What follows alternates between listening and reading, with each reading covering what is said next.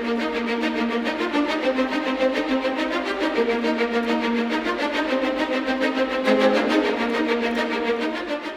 adalah WBCQ, menghadirkan radio World's Last Chance kepada Anda dari Monticello, Maine, Amerika Serikat.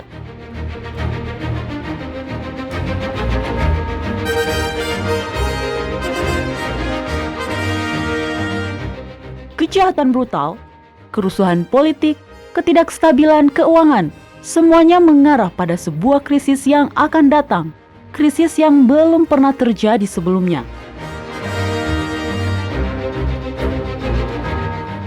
Tetaplah bersama Radio World's Last Chance untuk belajar cara Anda dapat bersiap secara rohani menghadapi apa yang berada di depan. Radio WLC mempersiapkan orang untuk menyambut Sang Juru Selamat yang segera kembali.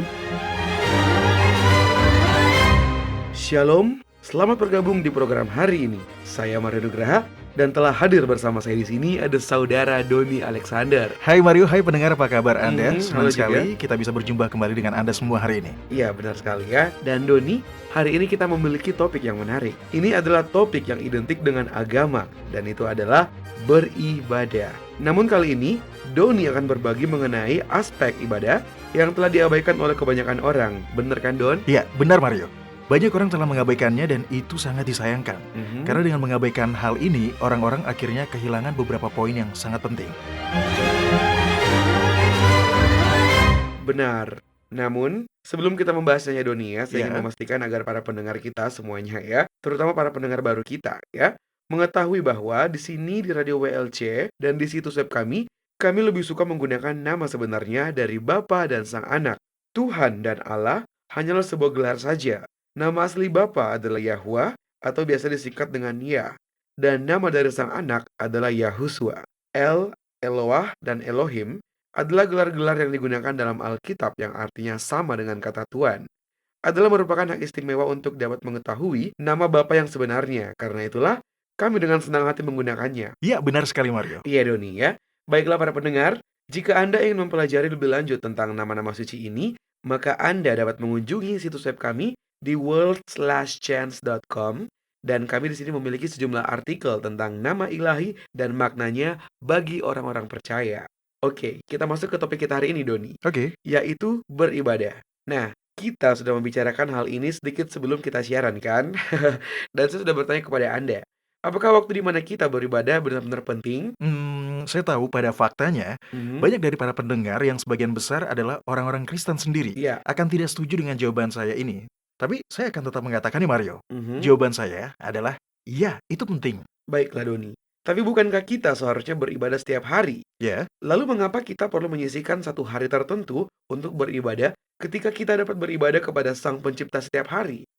kebanyakan orang Kristen berpikir seperti itu Mario. Mhm. Dan jawaban untuk pertanyaan pertama Anda adalah, Mhm. ya, tentu saja kita harus beribadah kepada Sang Pencipta setiap hari. Saya dan istri saya memiliki penyembahan pribadi setiap pagi sebelum kami mulai beraktivitas. Dan kami juga berdoa bersama setiap malam sebelum kami tidur. Ya, itu sangat bagus Doni ya. Dan ada ungkapan yang mengatakan, pasangan yang berdoa bersama tetap bersama. Wah, setuju Mario. Dan itu memang sangat bermanfaat sekali. Mhm. Dan dulu ketika anak-anak kami masih tinggal bersama kami di rumah, kami juga memiliki ibadah keluarga pagi dan malam bersama mereka. Jadi, tentu saja kita harus beribadah setiap hari. Tetapi itu berbeda dengan tindakan menyisihkan satu hari dari total 7 hari dalam satu minggu. Iya. Sebagaimana disebutkan dalam 10 perintah. Ingat, perintah Sabat tidak hanya berkata, ingatlah dan kuduskan hari Sabat. Tetapi juga dikatakan, 6 hari lamanya engkau akan bekerja dan melakukan segala pekerjaanmu. Mhm. Tetapi hari ketujuh adalah hari Sabat Yahweh, Elohmu, maka jangan melakukan sesuatu pekerjaan. Engkau atau anakmu laki-laki, atau anakmu perempuan, atau hambamu laki-laki, atau hambamu perempuan, atau hewanmu, atau orang asing yang di tempat kediamanmu. Nah, sekarang katakan pada saya Mario, Mhm. mereka yang mengklaim bahwa beribadah setiap hari adalah cukup, apakah mereka juga tidak lupa untuk berhenti bekerja selama satu hari dalam satu minggu? Jujur, jawabannya tidak Doni. Ya, pada umumnya tidak. Mereka mungkin menjalani hari itu dengan lebih santai, tapi tidak berhenti total dari pekerjaan harian mereka. Jadi saya pikir mereka pada umumnya tidak benar-benar menyisihkan satu hari hanya untuk beribadah. Oke, namun masih ada lagi nih, dan itu ditemukan dalam definisi dari kata beribadah itu sendiri. Kita akan kembali melihat kamus tua saya yang kembali saya bawa hari ini, Mario. Oke, saya ingat itu ya. Nah, itu kamus dari tahun 1828 bukan? Nah, jawaban kamu benar sekali, Mario. Ini kamus tua ya. Sudah cukup Dan ya. tolong silakan dibuka kamus ini. Kamu bacakan Oke. definisi dari kata beribadah. Ya, Silakan. baik. Beribadah. Di sini dikatakan beribadah adalah menyembah, memberikan penghormatan ilahi, memuji dengan hormat, dan memuja. Ya, itulah arti kata beribadah. Menyembah, memberikan penghormatan ilahi, Mhm. memuji dengan hormat, dan memuja. Nah, sekarang kata menyembah berarti beribadah dengan kekaguman yang mendalam. Dan kata memuja? Kata yang jarang kita gunakan, Doni. Ya, benar Mario. Dan kata memuja ini artinya adalah sebuah tingkat penghormatan tertinggi yang digabungkan dengan kekaguman tertinggi pula. Sangat menarik. Ya, ini semua berkaitan dengan arti dari beribadah yang sesungguhnya, Mario. Jadi, Mhm. sekarang izinkan saya bertanya kepada Mario lagi nih. Silakan. Nah, jika Mario benar-benar memuja seseorang, jika Anda menempatkan dia pada tingkat penghormatan tertinggi dan Anda ingin menghormati dia dengan penghargaan tertinggi, apa yang Anda akan lakukan jika dia meminta Anda untuk melakukan sesuatu? Ya, tentu saja saya akan melakukan apapun yang dia minta. Nah, itu benar Mario. Mhm. Karena dengan tidak memenuhi permintaannya itu berarti kita tidak benar-benar menghormatinya. Oke, sekarang Bapak yang kekal berkata, sisihkan 1 hari dalam 1 minggu untuk saya. Ya. Saya ingin menghabiskan waktu bersama Anda di hari itu. Saya ingin agar perhatian Anda tidak terbagi di hari itu. Sekarang Mario, Mhm. apakah kita benar-benar menghormatinya? Apakah kita benar-benar menghargai dia? Apakah kita benar-benar menempatkan dia pada tingkat penghormatan tertinggi? Jika kita berkata, seharian penuh, serius? Tetapi saya selalu menyembahmu setiap hari, bukankah itu cukup? Ya, tidak. Tentu saja tidak, ya. Anda benar-benar tidak dapat mengklaim telah memperlakukan dia dengan rasa hormat sepenuhnya jika Anda mengabaikan permintaan sederhana dan jelas seperti itu, Doni. Ya, jadi lihatlah Mario, Mhm. kebanyakan orang tidak sadar bahwa ibadah itu tidak dapat dipisahkan dari ketaatan. Oke, bisa tolong diperjelas apa yang Anda maksud ini, Doni? Baiklah, mari kita gunakan Anda sebagai contoh Mario ya. Baik. Tapi jangan contoh yang buruk ya, silakan Doni. Oke, ya, mari kita bicarakan tentang istri Anda, wanita yang cantik, sudah jelas, dia yang terindah buat Anda ya Mario.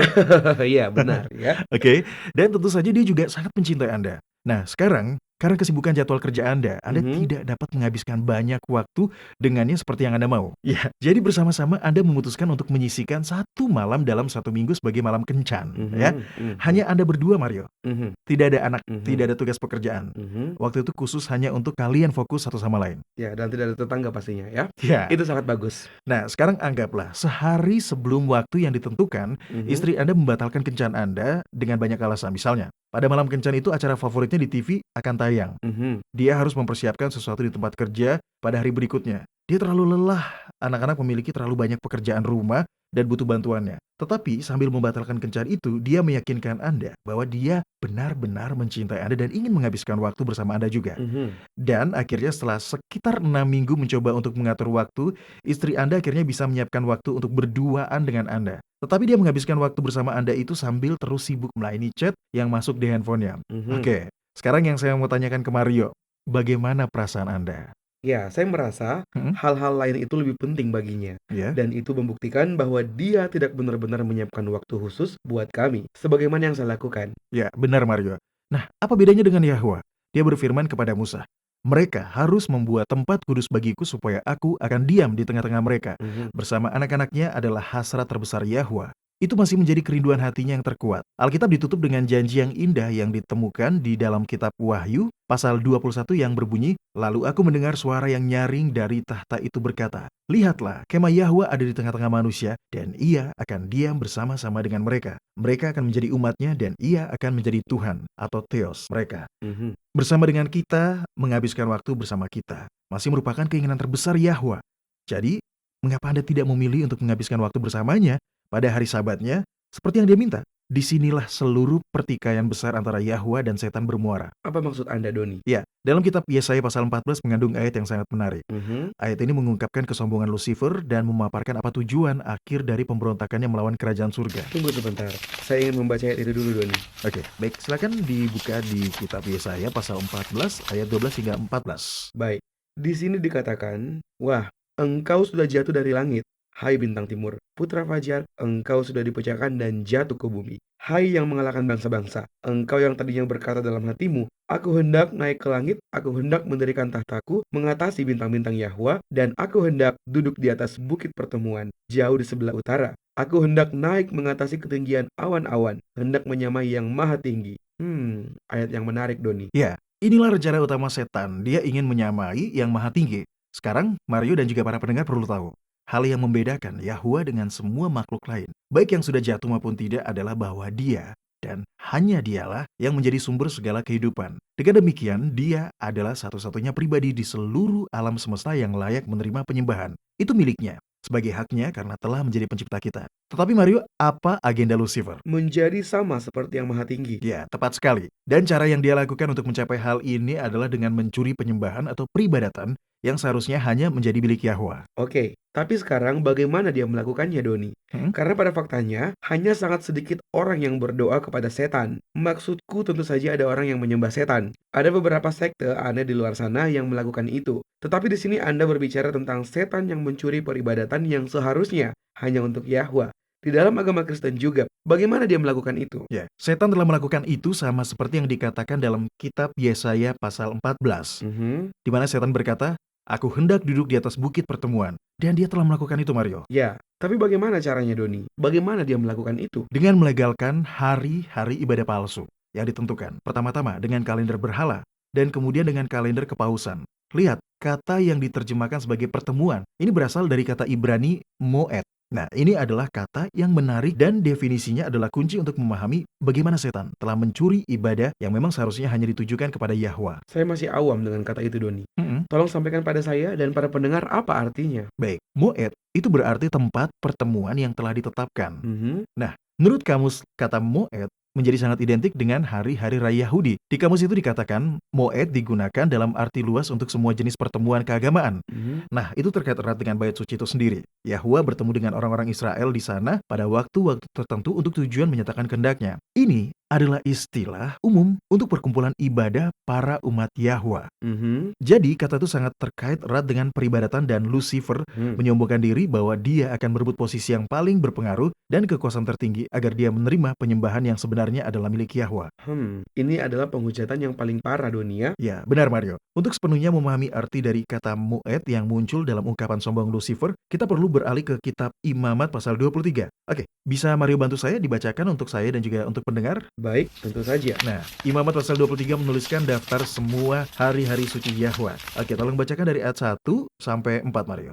Yahwa berfirman kepada Musa, "Berbicaralah kepada orang Israel dan katakan kepada mereka, hari-hari raya yang ditetapkan Yahwa yang harus kamu maklumkan sebagai waktu pertemuan kudus. Waktu perayaan yang kutetapkan adalah yang berikut. 6 hari lamanya boleh dilakukan pekerjaan, tetapi pada hari yang ketujuh haruslah ada sabat, hari perhentian penuh, yakni hari pertemuan kudus. Janganlah kamu melakukan sesuatu pekerjaan. Itulah sabat bagi Yahwa di segala tempat kediamanmu. Inilah hari-hari raya yang ditetapkan Yahwa, hari-hari pertemuan kudus yang harus kamu maklumkan masing-masing pada waktunya yang tetap." Baiklah, terima kasih Mario. Kata moed digunakan berulang kali di sini. Nah, ini diterjemahkan sebagai hari-hari raya. Itu adalah perayaan Yahwa. Dan yang menarik dari kitab Imamat pasal 23 adalah bahwa dalam daftar semua pertemuan kudus yang berada di urutan pertama adalah hari ibadah mingguan, yaitu Sabat hari ketujuh.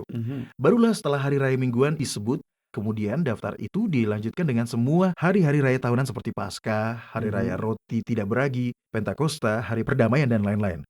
Nah, dari sinilah dalam hal peribadatan inilah tempat di mana setan telah mencuri penyembahan milik Yahwa. Iya, saya paham jika yang dimaksud adalah pada seseorang yang menyembah berhala, Doni. Nah, dalam kondisi ini, setan mencuri penyembahan yang seharusnya diarahkan kepada Yahwa saja. Tetapi bagaimana Anda bisa mengatakan bahwa setan juga mencuri penyembahan di dunia Kristen? Ya, ini kembali ke masalah yang dipertaruhkan dalam pemberontakan setan melawan pemerintahan ilahi, yaitu penyembahan atau peribadatan, ketaatan, dan kasih. Penyembahan.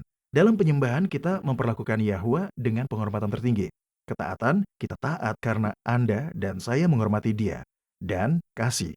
Yahuswa berkata dalam kitab Yohanes pasal 14, "Jikalau kamu mengasihi aku, kamu akan menuruti segala perintahku." Mario dan juga Anda para pendengar, kasih, ibadah, dan ketaatan berjalan seiring. Anda tidak dapat memisahkannya. Anda tidak dapat benar-benar mengasihi Yahwa dan dengan sengaja, secara sadar, tidak menaatinya. Dan jika Anda secara sadar tidak menaatinya, Anda tidak benar-benar menyembahnya, atau memperlakukannya dengan hormat dan kekaguman tertinggi. Tapi bagaimana dengan orang-orang yang tidak tahu, Doni?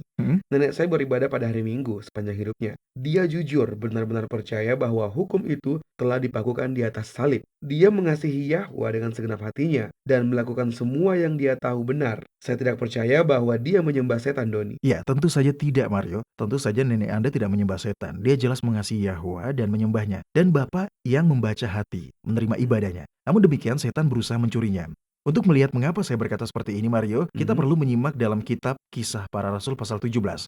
Di sini Paulus berkhotbah di Bukit Mars di Athena dan dia membagikan sebuah dasar yang sangat penting. Dia berkata, dengan tidak memandang lagi zaman kebodohan, maka sekarang Yahwa memberitakan kepada manusia bahwa di mana-mana semua mereka harus bertobat. Anda lihat, orang percaya pada saat ini ditugaskan untuk melakukan pekerjaan yang sangat istimewa. Para umat sisa digambarkan di dalam kitab Wahyu pasal 14 sebagai orang-orang yang tidak mencemarkan dirinya dengan perempuan-perempuan karena mereka murni sama seperti perawan. Mereka adalah orang-orang yang mengikuti anak domba itu kemana saja ia pergi. Tunggu, Doni. Tunggu. Oke. Saya potong dulu. Untuk memperjelas kepada para pendengar kita bahwa yang kita bicarakan di sini tentu bukanlah perawan secara fisik. Ya. Ini adalah perawan rohani karena mereka memiliki iman yang murni. Ya, kamu benar, Mario. Dan mereka mengikuti anak domba itu kemana saja dia pergi. Mereka mengikuti dia keluar dari Babel, mereka mengikuti dia ke dalam kebenaran yang murni, dan karena mereka mengikuti anak domba yang memulihkan inilah, sehingga mereka memperoleh pengetahuan tentang kebenaran. Mereka kemudian pada gilirannya mengambil kebenaran itu dan membagikannya kepada dunia. Nabi Yesaya berkata tentang mereka, engkau akan membangun reruntuhan yang sudah berabad-abad dan akan memperbaiki dasar yang diletakkan oleh banyak keturunan. Engkau akan disebutkan yang memperbaiki tembok yang tembus, yang membetulkan jalan supaya tempat itu dapat dihuni. Pelanggaran telah dilakukan dalam hukum Yahwa. Anehnya, orang-orang yang mengklaim hukum telah disingkirkan di atas salib tidak pernah mencoba untuk mengatakan bahwa Anda sekarang dapat pergi dan menyembah ilah lain selain Yahwa. Mereka tidak mencoba untuk mengatakan bahwa Anda sekarang dapat membunuh atau melakukan perzinahan dengan bebas. Satu-satunya dari 10 perintah itu yang mereka bersikeras tidak lagi perlu dipelihara adalah perintah pengudusan sabat. Jadi apa yang Anda katakan adalah setan mencuri atau mencoba mencuri peribadatan yang adalah milik Yahwa sendiri ketika setan meyakinkan orang-orang bahwa mereka tidak perlu lagi menyisihkan hari khusus untuk beribadah. Ya, itu dia Mario, kamu benar. Setan mengalihkan ibadah dari Sang Pencipta kepada dirinya sendiri ketika dia meyakinkan orang-orang bahwa mereka dapat beribadah pada hari apapun yang mereka inginkan, yang ditentukan dengan kalender apapun yang mereka mau. Oke, itu masuk akal, Doni. Karena ketika Yahwa dengan penuh kasih tidak memandang pada masa kebodohan kita, maka ketika kita sudah mengetahui kebenaran, kita memiliki tanggung jawab untuk menjalankan kebenaran itu. Iya, dan itulah mengapa nenek Anda, Mario, dapat mengasihi Yahwa dengan segenap hati, pikiran, dan jiwanya. Dan Bapak menerima penyembahannya sebagai sebuah ibadah yang datang dari hati yang dipenuhi dengan kasih. Sekalipun nenek Anda karena ketidaktahuan telah melanggar perintah sabat, karena itulah yang telah diajarkan kepadanya di sepanjang hidupnya. Saya paham, Doni. Tetapi kita juga perlu menggarisbawahi bahwa hal ini berbeda bagi kita yang hidup saat ini. Di zaman akhir ini, di waktu di mana kebenaran semakin jelas, karena semakin banyak terang yang dicurahkan. Ya, tepat sekali Mario. Kita bertanggung jawab atas kebenaran yang kita ketahui sekarang. Oke, Doni. Baik para pendengar, tetaplah di sini bersama kami. Kami akan segera kembali.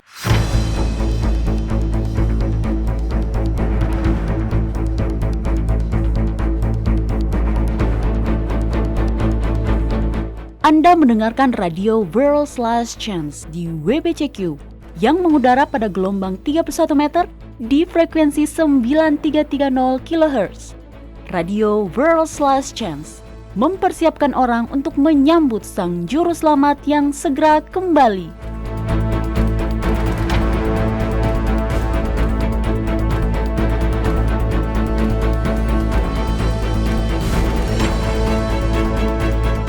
Paus Fransiskus membuat sejarah pada tahun 2013 ketika dia menjadi anggota Serikat Yesuit pertama yang terpilih untuk menduduki tahta Petrus. Jauh sebelumnya, ada semacam aturan tak tertulis bahwa anggota Serikat Yesuit tidak boleh menduduki posisi tertinggi dalam pemerintahan gereja. Bahkan pada faktanya pada tahun 1767, Paus Clement ke-14 sebenarnya menekan Serikat Yesuit karena dia khawatir serikat ini akan menjadi terlalu kuat. Jadi, adakah yang membedakan Serikat Yesuit yang ada saat ini?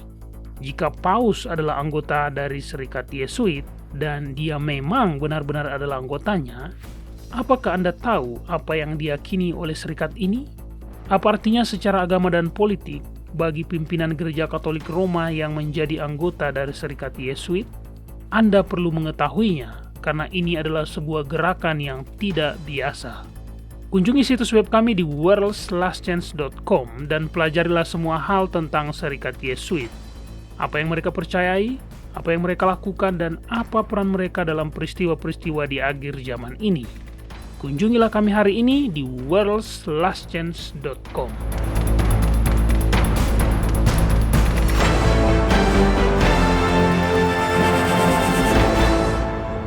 Oke Doni dan para pendengar, kita telah berbicara tentang pemberontakan setan melawan Yahwa dan bahwa dia ingin menjadi sama seperti Yang Maha Tinggi. Dia ingin duduk di bukit pertemuan atau bukit Moedim. Dan dia melakukan ini dengan mencuri ibadah yang seharusnya hanya ditujukan kepada Yahwa saja. Ya, benar Mario. Dan hal ini telah meyakinkan semua orang bahwa Sabat tidak lagi mengikat. Walaupun 9 perintah lainnya masih mengikat.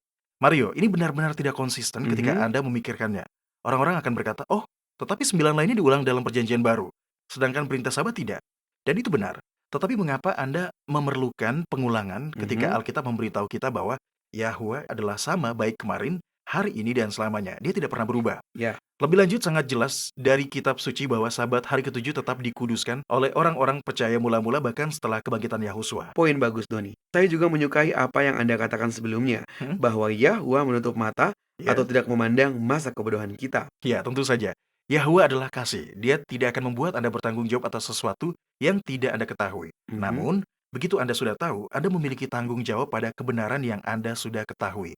Ketidaktahuan akan diampuni, tetapi menyadari pemberontakan tidak. Cukup adil. Dalam cita-citanya untuk menjadi sama seperti Yang Maha Tinggi, Lucifer telah melanggar perintah yang pertama dan terutama yang menyatakan, engkau harus mengasihi Yahwa Elohimmu dengan segenap hatimu, dan dengan segenap jiwamu, dan dengan segenap akal budimu. Nah, inilah perintah yang disebut Yahuswa sebagai perintah yang pertama dan yang terutama, Mario. Ya. Lucifer tidak ingin sekedar menjadi sama seperti Yahwa. Jika itu adalah tujuannya, maka dia tidak akan pernah memberontak. Sebaliknya dia mendambakan kehormatan dan penyembahan yang hanya diperuntukkan pada Sang Pencipta saja. Setan telah dalam arti yang sangat nyata mencuri ibadah yang hanya diperuntukkan pada Yahwa, dan dia melakukan ini dengan beberapa cara. Baik Doni. Bisakah Anda memperluas sedikit dan memberitahu saya dan para pendengar bagaimana caranya, Doni? Baik, Mario. Yang pertama, seperti yang sudah kita bicarakan di awal siaran kita bahwa setan telah menyembunyikan nama Bapa yang sebenarnya. Ya. Dia menutupinya dengan gelar-gelar yang juga digunakan dan diterapkan pada ilah-ilah palsu, dan ilah-ilah palsu itu adalah setan. Cara lain adalah dengan meyakinkan orang-orang bahwa mereka tidak dapat datang kepada Yahwa bagi diri mereka sendiri. Tetapi mereka harus meminta Maria atau orang-orang kudus lainnya yang sudah mati untuk berdoa bagi mereka. Anda tahu, Doni? Apa itu? Protestan juga melakukan ini. Tentu saja, Protestan tidak berdoa kepada Maria atau orang-orang kudus yang sudah mati.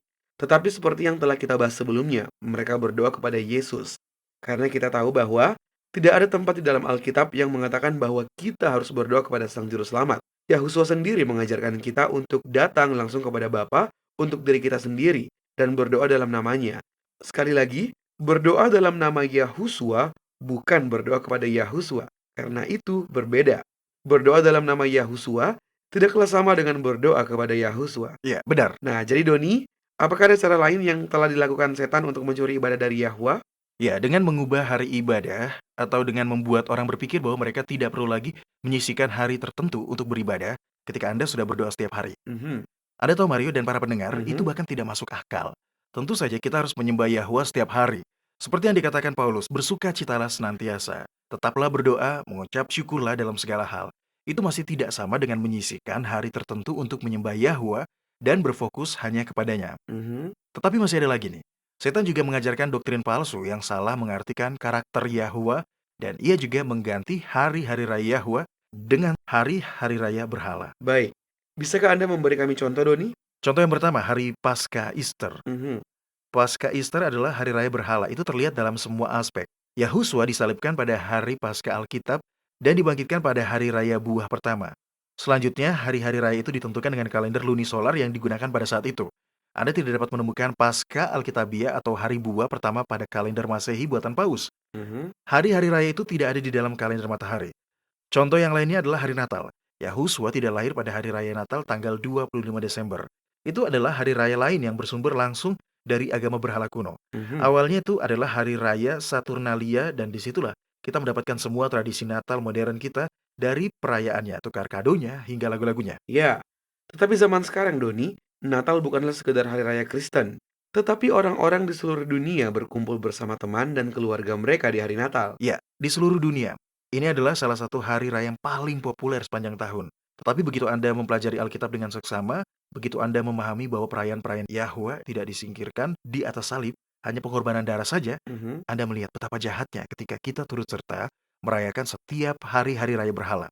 Sebaliknya, kepada kita telah diberikan hari-hari raya Alkitab. mhm. Ini adalah hari peringatan peristiwa penting dalam sejarah keselamatan. Mengapa kita tidak mau memperingati hari-hari itu? Tapi bukankah hari-hari raya itu diberikan kepada orang Yahudi, Doni? Mengapa orang-orang Kristen pada zaman sekarang harus merayakan hari-hari orang Yahudi? Baiklah, kita kembali ke kitab Imamat pasal 23 dan baca 2 ayat pertamanya, Mario. Ini Mhm. akan menjawab pertanyaan kamu hari ini. Oke, saya sudah mendapatkannya. Di sini dikatakan, Yahwa berfirman kepada Musa, "Berbicaralah kepada orang Israel dan katakan kepada mereka, hari-hari raya Yahwa yang harus kamu maklumkan sebagai waktu pertemuan kudus. Hari-hari rayaku adalah yang berikut." Hari-hari raya siapa? Ya, hari-hari raya Yahwa. Ya, benar. Firman Yahwa menyatakan bahwa orang-orang percaya telah dicangkokkan dan oleh iman telah menjadi anak-anak Abraham dan menjadi ahli waris dari janji itu. Oleh karena itu, kita mendapat kehormatan dan tanggung jawab untuk menyembah Yahwa pada hari-hari rayanya, baik hari raya mingguan yaitu Sabat hari ke-7 maupun hari-hari raya tahunan. Beginilah cara kita menghormati Dia dan memberinya penghormatan tertinggi kita, yaitu melalui ketaatan kita. Ya, saya suka itu, Doni. Banyak orang yang mengabaikan hukum karena menganggap itu hanya sekedar legalitas. Tetapi Anda tidak masuk dalam ibadah yang sejati. Anda tidak mengagumi pencipta Anda. Anda tentu saja tidak memberi hormat kepadanya jika Anda dengan sengaja melanggar hukumnya. Benar kan, Doni? Ya, jika kita melakukan itu, Mario, maka itu artinya kita benar-benar tidak menghormati Dia. Jadi, adakah cara bagaimana kita dapat mengambil kembali ibadah yang telah setan curi dan mengembalikannya kepada Yahwa? Ya, dengan menerapkan 5 poin penting dari para jurnalis. Oh ya, Mario, Mhm. ketika saya kuliah, kelas jurnalisme mengajari kami untuk selalu menjawab 5W di kalimat pertama dari artikel surat kabar manapun. 5W? Iya, who, what, when, where, and why. Dalam bahasa Indonesia, siapa, apa, kapan, di mana, dan mengapa. Mhm. Nah, kita menerapkan 5 pertanyaan ini mengenai peribadatan atau penyembahan kita. Mhm. Siapa? Siapa yang harus kita sembah? Itu mudah. Kita harus selalu menyembah Yahwa, ya kan? Ya, benar. Apa? Apa ibadah kita? Jawabannya adalah ibadah yang sejati. Dan kita tidak bisa benar-benar menghormatinya. Kita tidak benar-benar menyembahnya jika kita mengetahui bahwa kita sedang memberontak dengan melawan salah satu dari perintahnya. Mhm. Dan itu membawa kita ke poin selanjutnya, yaitu kapan. Kapan kita beribadah? Ya. Itu pasti pada semua hari-hari yang sudah Dia tetapkan. Hari-hari raya mingguan, bulanan, dan tahunan. Tapi bagaimana dengan poin selanjutnya, Doni? Yaitu di mana? Sebagian besar gereja mengabaikan hari-hari raya Yahwa karena mereka menganggap itu sebagai hari-hari raya orang Yahudi. Ya, kamu benar. Oh ya, ada beberapa jemaat Yahudi Mesianik Mhm. yang tersebar di mana-mana. Tetapi jika Anda mengikuti anak domba itu kemanapun dia pergi, maka cepat atau lambat Anda akan menemukan bahwa semua agama yang terorganisir pada satu titik telah menolak terang yang lebih maju dan tinggal dalam kesalahan masa lalu. Semakin banyak orang yang menyadari hal ini dan semakin banyak yang memilih untuk menyembah Yahwa di rumah mereka sendiri atau dalam kelompok kecil orang percaya yang berpikiran sama. Ya, ibadah seperti itu sangat spesial, Doni. Tidak ada gangguan apapun, tidak ada katedral yang agung, tidak ada paduan suara yang besar, dan itu murni ibadah sederhana seperti yang dilakukan orang-orang percaya mula-mula. Iya, hanya Anda dan Yahwa. Nah, sekarang poin selanjutnya yaitu mengapa. Poin ini benar-benar indah, alasan mengapa Mhm. ibadah yang sejati itu perlu adalah karena pada saat ketika menyembah Dia dalam roh dan kebenaran, pada saat itulah Dia mempersiapkan hati kita. Mhm. Oke, coba tolong bacakan kitab Yehezkiel pasal 36, ayat 26 dan 27 untuk kita, Mario. Baik, kamu akan kuberikan hati yang baru dan roh yang baru di dalam batinmu, dan aku akan menjauhkan dari tubuhmu hati yang keras dan kuberikan kepadamu hati yang taat. Rohku akan kuberikan diam di dalam batinmu, dan aku akan membuat kamu hidup menurut segala ketetapanku, dan tetap berpegang kepada peraturan-peraturanku dan melakukannya. Yahwa akan menulis hukumnya di hati kita, sama seperti Dia menulis hukumnya di atas loh batu. Demikian juga Dia akan menciptakan kembali hati kita dan menuliskan hukumnya dalam hati kita. Nah, Mhm. ini tidak lagi akan menjadi sekedar legalitas, Baik. tetapi kita akan mematuhi hukumnya karena kita memang mau sama seperti yang Sang Juru Selamat lakukan. Ya, seperti Daud berkata, "Aku suka melakukan kehendakmu, ya Elohku. Tauratmu ada dalam dadaku." Ya, Mario tolong diulangi apa yang ada di hati Daud. Tauratnya atau hukumnya. Ya, tepat sekali. Dan pada saat hukum Yahwa tertulis di dalam hati kita lah, yang menjadi waktu di mana keinginan hatinya akhirnya terpenuhi. Dalam ayat selanjutnya di kitab Yehezkiel pasal 36, Yahwa menyatakan, "Dan kamu akan menjadi umatku dan aku akan menjadi Elohmu." Sangat indah. Dan itulah inti dari rencana penebusan, Doni. Untuk membawa kita kembali kepada Yahwa. Ya, benar. Tetapi izinkan saya menanyakan hal ini kepada Anda, Mario. Silakan. Kita dipersiapkan untuk tinggal bersama Yahwa mulai dari saat hukumnya ditulis di dalam hati kita. Lalu kapan dia akan menuliskan hukumnya itu di dalam hati kita? Apakah pada saat kita bergegas harapan, bersiap-siap untuk hari ini? Apakah ketika kita berkonsentrasi pada pekerjaan kita? Atau ketika kita bersiap-siap tidur? Dan kapan dia seharusnya menuliskan hukumnya di hati kita, Mario? Ya, waktu yang logis adalah ketika kita fokus untuk menyembah dia, yaitu pada hari Sabat, Doni. Dan ketika hukumnya telah tertulis di dalam hati kita, hasilnya adalah kita berjalan di dalam ketetapannya dan mematuhi perintah-perintahnya dan melakukannya. Pada saat itulah kita masuk ke dalam ketaatan dan itu adalah bagian dari ibadah yang sejati. Baik, seluruh konsep ini mengingatkan saya pada percakapan yang saya lakukan kemarin dengan salah satu anggota tim WLC kita yang menulis untuk situs web kita. Dia membuat sebuah pernyataan yang berbunyi, penebusan tanpa pemulihan bukanlah penyelamatan. Yahusua mati untuk menebus kita. Tetapi waktu di mana kita dipulihkan dan dikembalikan ke gambar ilahi adalah waktu ketika Yahwa menulis hukumnya di hati kita. Barulah setelah itu kita benar-benar diselamatkan. Penjelasan yang indah, Mario. Oke para pendengar, jangan kemana-mana. Saat kami kembali nanti, kita akan menjawab pertanyaan-pertanyaan Anda yang dikirimkan ke kotak surat harian kami. Tetaplah di sini.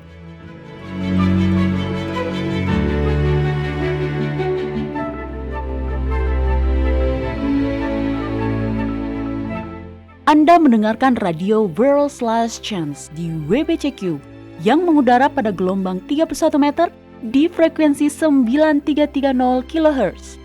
Radio World's Last Chance mempersiapkan orang untuk menyambut Sang Juru Selamat yang segera kembali.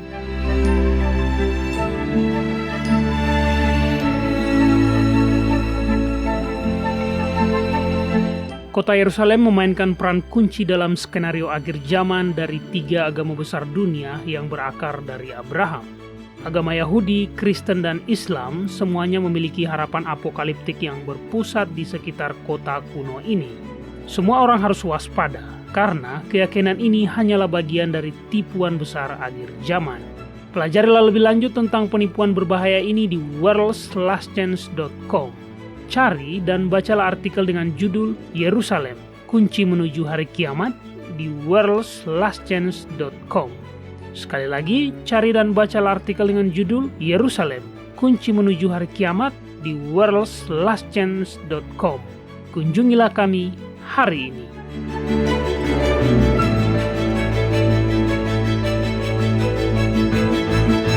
Banyak orang dewasa berharap mereka memiliki kesempatan untuk belajar agama selagi berada di universitas. Jika Anda berada di posisi yang sama, saat ini belum terlambat. Di worldslastchance.com, kami memiliki ratusan artikel dan video tentang berbagai topik agama dan rohani yang terus ditambahkan setiap saat. Ada artikel yang memberikan nasihat tentang bagaimana menikmati kehidupan Kristen yang berkemenangan. Artikel-artikel lain menyelidiki secara mendalam bagian-bagian Alkitab yang salah dimengerti dan menjelaskan apa arti bagian itu dalam bahasa Ibrani yang asli. Kami juga menyajikan banyak artikel dan video tentang nubuatan. Paulus memberitahu Timotius, segala tulisan yang diilhamkan Yahwa memang bermanfaat untuk mengajar, untuk menyatakan kesalahan, untuk memperbaiki kelakuan, dan untuk mendidik orang dalam kebenaran. Dengan demikian, tiap-tiap manusia kepunyaan Yahwa menjadi sempurna dan diperlengkapi sepenuhnya untuk setiap perbuatan baik. Jika Anda membaca dengan seksama materi di situs kami, Anda akan memiliki landasan yang menyeluruh bukan hanya pada kebenaran doktrinal, tetapi Anda juga akan mempelajari rahasia-rahasia cara berdoa yang efektif dan cara belajar Alkitab sehingga Anda dapat menemukan kebenaran untuk diri Anda sendiri. Kunjungi situs web kami di worldslastchance.com. Tidak ada kata terlambat untuk memulai. worldslastchance.com mempersiapkan orang untuk menyambut Sang Juru Selamat yang segera kembali.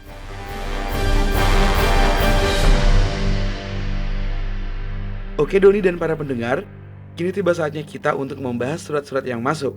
Pertanyaan pertama datangnya dari Galina di Yusiruisik.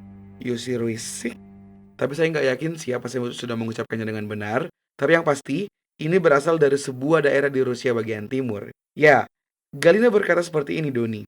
Pada hari Sabat, suami saya dan saya telah membaca berbagai artikel di situs Anda dengan seksama. Kami benar-benar diberkati dengan apa yang sedang kami pelajari. Tapi harus saya katakan bahwa beberapa di antaranya cukup mengejutkan dan ada banyak hal yang sangat berbeda dari apa yang saya dengar di gereja. Bisa tolong dijelaskan bagaimana Anda sampai pada kesimpulan itu? Terima kasih. Nah, ini pertanyaan yang bagus, Doni, ya. Dan ada sejumlah kepercayaan yang dimiliki WLC yang cukup unik dalam kekristenan. Ya, benar Mario, ini pertanyaan yang bagus banget. Mhm. Nah, Galina, WLC menentukan apa yang benar dengan menggunakan aturan yang kami sebut sebagai aturan bobot bukti. Ya. Alkitab adalah sebuah buku besar. Mhm. Walaupun dicetak di atas kertas yang paling tipis, Alkitab saya masih tetap terdiri dari ribuan halaman. Nah, Mhm. ada banyak informasi di sana, terdiri dari banyak pasal yang berbeda-beda. Dan jujur saja, siapapun bisa membuktikan hampir apapun yang mereka inginkan dari Alkitab. Yang harus mereka lakukan hanyalah dengan menunjukkan bukti ayat. Iya, Anda benar, Doni, ya. Dan orang-orang melakukannya setiap saat. Ya. Mereka yang percaya pada neraka yang selalu menyala mengutip kitab suci untuk membuktikannya. Ya. Nah, pada saat yang sama juga nih, Doni, ya, Mhm. mereka yang percaya pada jiwa yang tertidur mengutip bagian Alkitab lainnya untuk membuktikan bahwa saat kematian, roh tidak pergi ke sorga, tapi tidur di dalam kuburan. Ya, Mario, itulah teknik pembuktian ayat. Mhm. Itu mengambil sebuah ayat tunggal dan menggunakannya untuk membenarkan sebuah keyakinan dengan mengabaikan ayat-ayat lain yang membicarakan perihal yang sama. Iya, dan Anda benar-benar bisa membuktikan banyak hal dengan cara seperti itu, Doni. Namun persoalan terbesar dengan mencoba menetapkan doktrin dengan cara seperti itu adalah bahwa ayat-ayat semacam itu biasanya digunakan di luar konteks, Doni. Dan itulah sebabnya ada begitu banyak keyakinan dan doktrin yang berbeda dalam dunia Kristen, Doni. Ya, tapi mengutip ayat di luar konteksnya, memanipulasinya, memutarbalikannya untuk mendukung apa yang ingin Anda katakan adalah bukan cara untuk mendapatkan kebenaran, Mario. Jadi, bagaimana dong caranya, Doni? Nah, jika kamu menggunakan aturan bobot bukti, Mhm. kamu mengumpulkan semua bagian dalam Alkitab yang membahas topik tertentu. Kamu mempelajari setiap konteks dengan teliti, jangan mengabaikan ayat lain di sekitarnya, Mhm. dan kemudian kamu akan melihat dengan jelas buktinya mengarah kemana. Iya. Jika sebuah ayat tidak jelas, Mhm. lihatlah arti kata itu. Gunakan waktumu. Hati-hati, asalkan Anda mau mengambil setiap ayat berdasarkan topiknya masing-masing dan mempelajarinya sesuai konteksnya, Mhm. maka Roh Kudus akan mengarahkan pikiran Anda ke sebuah kesimpulan yang benar, Mario. Baik, aku suka itu, Doni, ya. Dan inilah metode penelaahan Alkitab yang Alkitabiah. Nah, para pendengar, kitab Yesaya pasal 28 ayat 10 mengatakan seperti ini. Sebab aturan harus berada di atas aturan, ayat di atas ayat, baris di atas baris, di sini sebagian dan di sana sebagian. Jadi ini menggambarkan pengumpulan informasi, Doni, mempelajarinya dalam konteks dan melihat di mana letak bobot buktinya. Ya, benar Mario. Dan masih ada prinsip Alkitab lain yang penting untuk diingat. Prinsip ini disebutkan dalam kitab Ulangan, kitab Bilangan, dan Injil Matius. Apa itu? Atas keterangan 2 atau 3 saksi, sebuah perkara menjadi tidak disangsikan. Baik. Nah, itu dia, Doni, ya. Itu akan mencegah seseorang keluar dari jalur dan agar kita tidak menggunakan sebuah ayat tunggal di luar dari konteksnya, Doni. Oke, para pendengar, kita masih punya waktu untuk satu pertanyaan lagi, ya. Ini ada Richard dari Halifax di Nova Scotia, Kanada. Menulis seperti ini. WLC memiliki banyak materi menarik di situs webnya, tetapi saya terganggu oleh penekanan pada perayaan Sabat dan hari-hari raya lainnya dalam Perjanjian Lama. Bagaimana pendapat Anda terkait dengan ketaatan Anda memelihara begitu banyak persyaratan dalam Perjanjian Lama dengan apa yang ditetapkan oleh konsili yang tercatat di dalam kitab Kisah Para Rasul pasal 15? Oke, pertama saya ingin mengatakan, saya senang Anda menanyakan itu, Richard. Banyak orang berpikir bahwa semua aturan dalam Perjanjian Lama telah berakhir, dengan alasan bahwa semua itu telah dipakukan di atas salib. Mhm. Dan mereka mendasarkan sebagian besar, seperti yang Richard katakan, pada kitab Kisah Para Rasul pasal 15. Oke, pertama mari kita baca apa yang tertulis di situ. Mario, Mhm. tolong bacakan kitab Kisah Para Rasul pasal 15 ayat 28 dan 29 untuk kita. Baik, Doni, di sini dikatakan, sebab adalah keputusan Roh Kudus dan keputusan kami, supaya kepada kamu jangan ditanggungkan lebih banyak beban daripada yang perlu ini.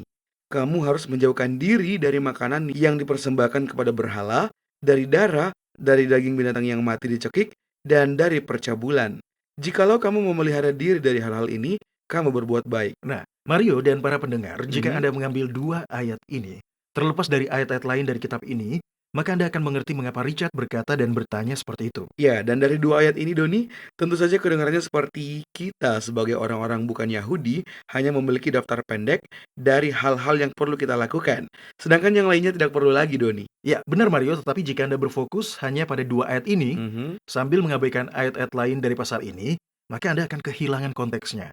Dan ketika kita membaca dan memahaminya sesuai konteksnya, maka kita akan menemukan sesuatu yang sangat berbeda. Apa itu, Doni? Karena Anda benar, kita selalu mengharapkan ayat bukti. Namun setiap kali kita mengambil ayat di luar konteks dan menggunakannya sebagai bukti, maka kita pasti akan melenceng jauh. Dan itulah yang terjadi di sini Mario. Mhm. Untuk memahami ayat ini sesuai konteksnya, tolong bacakan ayat 19 sampai ayat 21 dari pasal yang sama Mario. Baiklah. Mari kita lihat. Nah, di sini Yakobus, pemimpin dari saudara-saudara di Yerusalem, memberikan putusan tentang apa yang harus dilakukan oleh orang-orang yang bukan Yahudi. Dia mengatakan seperti ini. Sebab itu aku berpendapat bahwa kita tidak boleh menimbulkan kesulitan bagi mereka dari bangsa-bangsa lain yang berbalik kepada Yahwa. Tetapi kita harus menulis surat kepada mereka supaya mereka menjauhkan diri dari makanan yang telah dicemarkan berhala-berhala, dari percabulan, dari daging binatang yang mati dicekik, dan dari darah. Sebab sejak zaman dulu, hukum Musa diberitakan di tiap-tiap kota, dan sampai sekarang hukum itu dibacakan tiap-tiap hari Sabat di rumah-rumah ibadat. Cukup menarik ya. Oke, apa yang Anda tangkap Mario? Nah, ini dia. Penyaliban sudah berlalu selama bertahun-tahun, namun dia mengatakan bahwa hukum Musa masih dihotbahkan di tempat-tempat ibadah pada setiap hari Sabat. Ya, mereka masih memelihara Sabat dan membaca hukum Musa. Itu faktanya. Mhm. Oke, Anda lihat seluruh perselisihan di dalam kitab Kisah Para Rasul pasal 15 adalah tentang apakah orang-orang bukan Yahudi dapat diselamatkan hanya dengan usaha manusia, melalui sunat dan kepatuhan pada hukum Taurat tanpa perlu menyucikan hati mereka dengan iman melalui anugerah Yahuswa. Sebagaimana yang disebut di ayat 9 dan 10. Ada begitu banyak hal yang secara umum tidak disadari di sini loh Mario. Iya. Para rasul di Yerusalem tidak ingin membebani orang-orang yang baru bertobat dengan yaitu gagasan salah yang menyatakan bahwa mereka dapat diselamatkan oleh perbuatan mereka sendiri. Namun, kepatuhan terhadap hukum Taurat selalu merupakan keharusan. Dalam ayat 28 dan 29 mengutip surat yang dikirimkan kepada orang-orang bukan Yahudi yang sudah ditobatkan, tetapi itu harus dipahami dalam konteks diskusi para rasul, Ya, sebagaimana yang dicatat dalam ayat 20 dan 21. baik. Nah, dan dalam ayat-ayat itu, sudah jelas bahwa hukum yang masih terus dibacakan setiap hari Sabat yang didengar oleh orang-orang bukan Yahudi itu juga masih harus kita taati dan lakukan. Ya, baik Doni, saya mengerti sekarang ya. Saya tidak pernah memperhatikan itu sebelumnya. Ya, kamu tidak sendirian Mario, karena Mhm. kebanyakan orang tidak memperhatikannya. Ya. Jadi, hukum Musa tentu masih harus dipelihara. Satu-satunya pengecualian adalah pengorbanan binatang dan sunat yang merupakan lambang dari pengorbanan darah. Karena itu dua kegiatan ini menumpahkan darah. Dan itu telah digenapi oleh Yahuswa. Anda benar tentang itu, Doni. Bahkan Yahusua berkata dalam kitab Matius pasal 19, apakah sebabnya engkau bertanya kepadaku tentang apa yang baik? Hanya satu yang baik. Tetapi jikalau engkau ingin masuk ke dalam hidup, turutilah segala perintah Yahwa.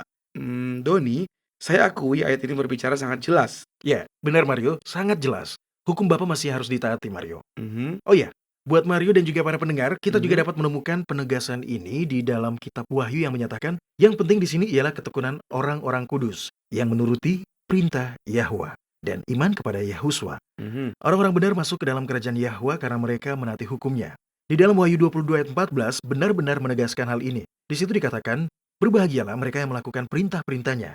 Mereka akan memperoleh hak atas pohon-pohon kehidupan dan masuk melalui pintu-pintu gerbang ke dalam kota itu. Iya, jadi begitulah Doni ya. Ketaatan pada hukum Taurat itu masih merupakan sebuah keharusan. Ya, tepat sekali Mario. Oke, baik para pendengar, kami benar-benar berbahagia mendengar umpan balik dari Anda. Jadi jika Anda memiliki pertanyaan atau komentar, kunjungi situs web kami di worldslastchance.com dan klik hubungi kami. Kami ingin mendengar dari Anda.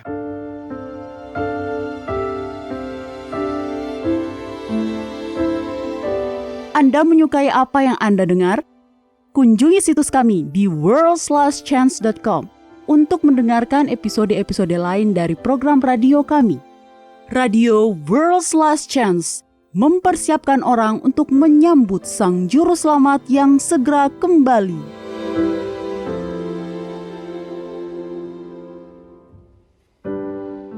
Ini adalah Elohim Mikarov dengan janji harian Anda dari firman Yahwa.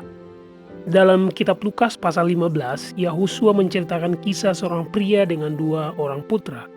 Putranya yang lebih muda yang agak manja dan senang berfoya-foya memaksa ayahnya untuk menyerahkan jatah warisannya lebih awal. Segera setelah pemuda itu menerima jatah warisannya, dia meninggalkan peternakan keluarganya dan pindah ke kota. Di kota, pemuda ini menggunakan semua uangnya untuk berfoya-foya. Ketika kelaparan datang, dia kehabisan uang, kehabisan makanan, dan tidak punya peluang untuk bekerja dan mendapatkan penghasilan.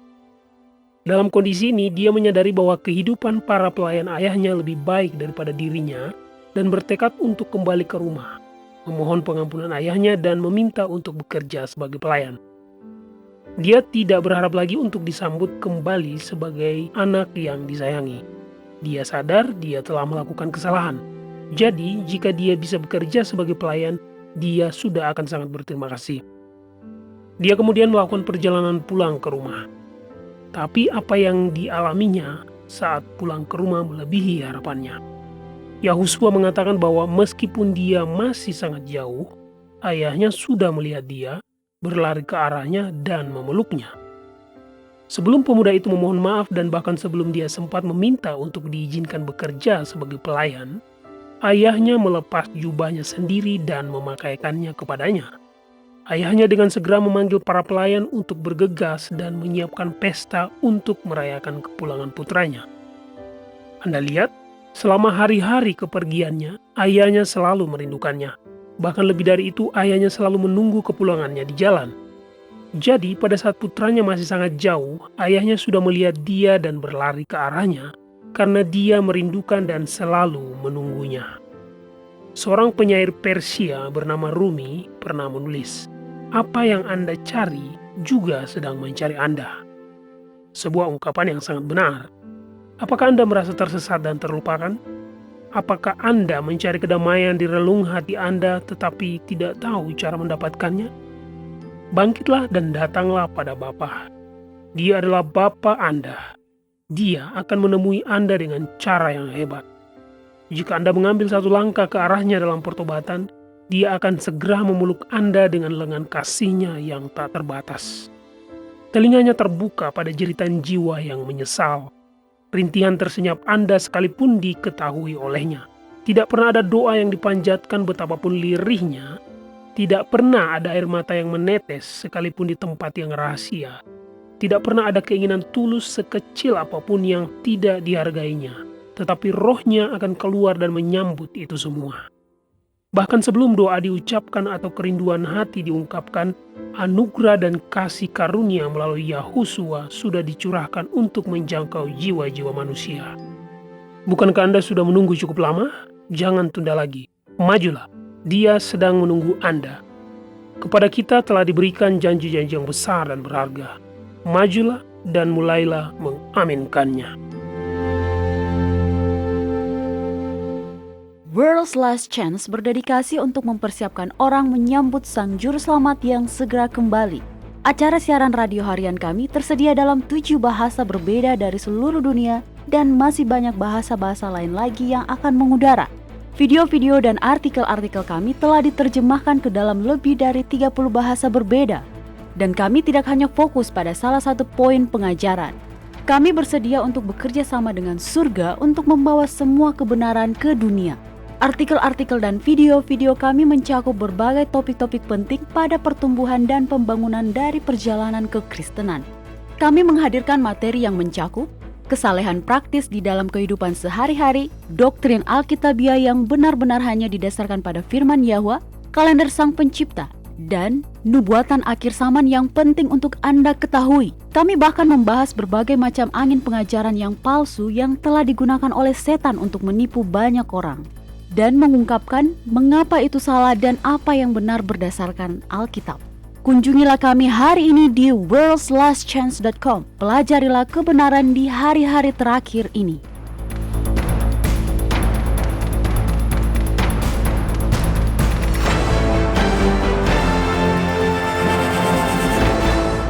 Oke Doni, Anda benar-benar memberi kepada saya dan para pendengar banyak makanan rohani untuk dipikirkan hari ini. Harus saya akui, saya tidak pernah benar-benar berpikir tentang ibadah seperti ini sebelumnya. Oke, berarti sudah kenyang ya hari ini ya? Iya, sudah. Sudah dapat makanan rohani. Mhm, Oke.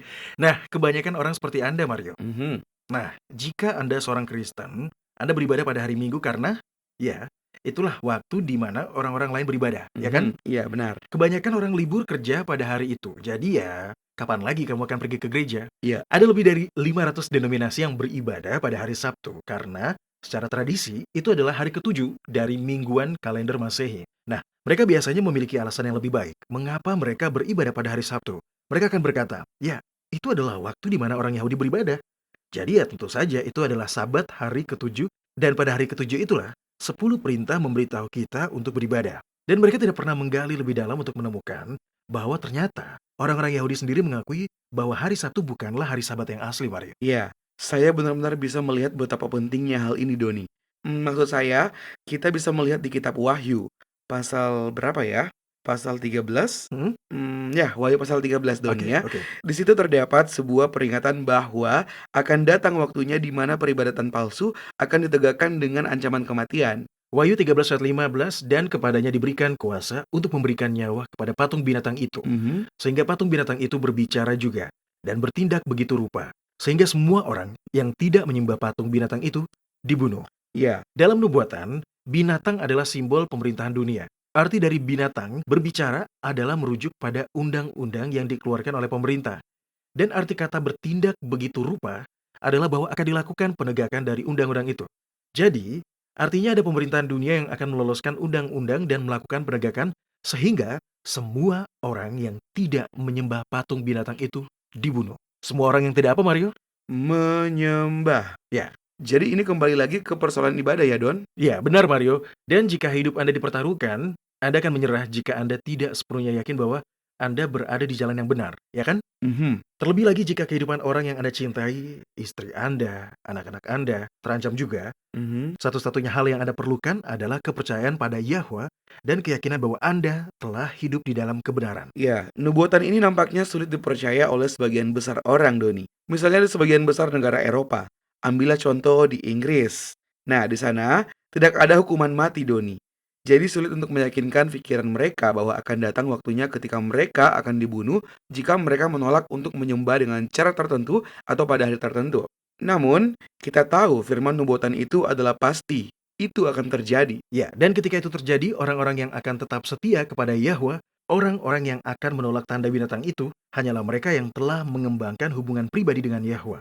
Karena mereka telah menghabiskan waktu bersamanya, mengenal dia pada tingkatan yang lebih intim, membiarkan dia menuliskan hukumnya di dalam hati mereka, dan mengisi hati mereka itu dengan rohnya. Jadi Doni dan para pendengar, yang harus kita ingat di sini adalah bahwa kita sekarang sudah hidup di masa kesusahan. Ya. Keadaan di depan akan memburuk, akan jauh lebih buruk. Dan ketika mereka melakukan pemaksaan undang-undang itu, kebebasan sipil banyak orang akan dirampas. Dan ketika dunia sudah berada dalam kekacauan, perbedaan tidak akan ditoleransi lagi. Ya, benar Mario, nubuatan-nubuatan kitab Wahyu mengungkapkan sebuah masa depan yang sangat berbeda dari realitas kita saat ini, dan ketika situasi berubah, itu akan terjadi serta-merta, tidak bertahap, di bawah tekanan yang kuat.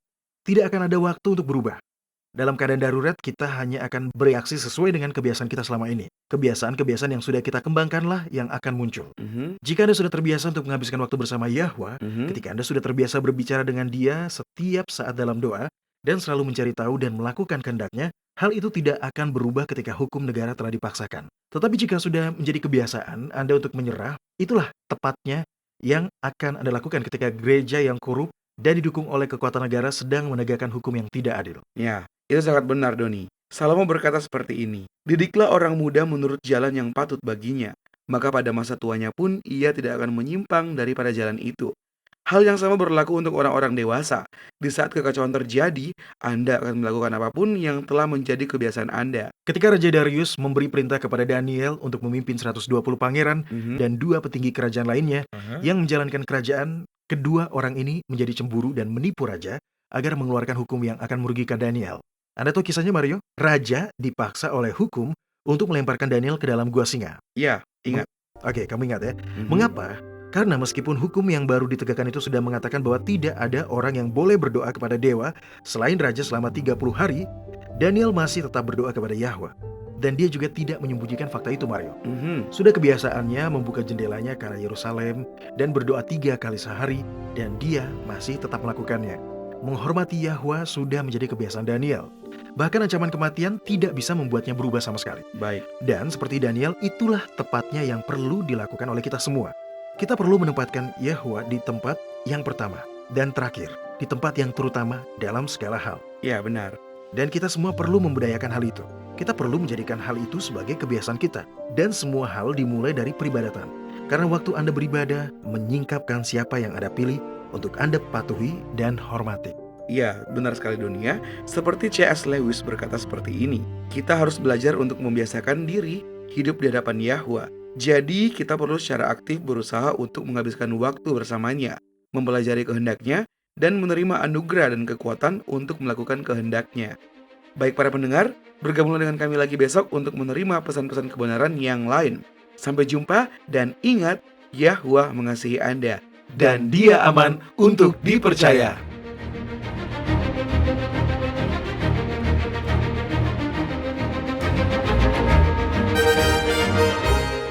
Anda baru saja mendengarkan Radio WLC. Program ini serta episode Radio WLC yang lain tersedia untuk Anda unduh di situs kami. Sangat baik untuk dibagikan pada para sahabat Anda yang mempelajari Alkitab. Ini juga sumber yang bagus bagi orang-orang yang beribadah kepada Yahwa sendirian atau di rumah. Jika Anda ingin mendengarkan program Radio WLC, kunjungi situs kami di worldslastchance.com. Klik ikon Radio WLC di bagian kanan atas beranda. Di sini Anda dapat mengunduh episode dalam bahasa pilihan Anda. Tersedia juga artikel dan video dalam berbagai bahasa. Bergabunglah bersama kami besok untuk menerima berbagai pesan kebenaran lain di WBCQ yang mengudara pada gelombang 31 meter di frekuensi 9330 kHz. Radio World/Chance mempersiapkan orang untuk menyambut Sang Juru Selamat yang segera kembali.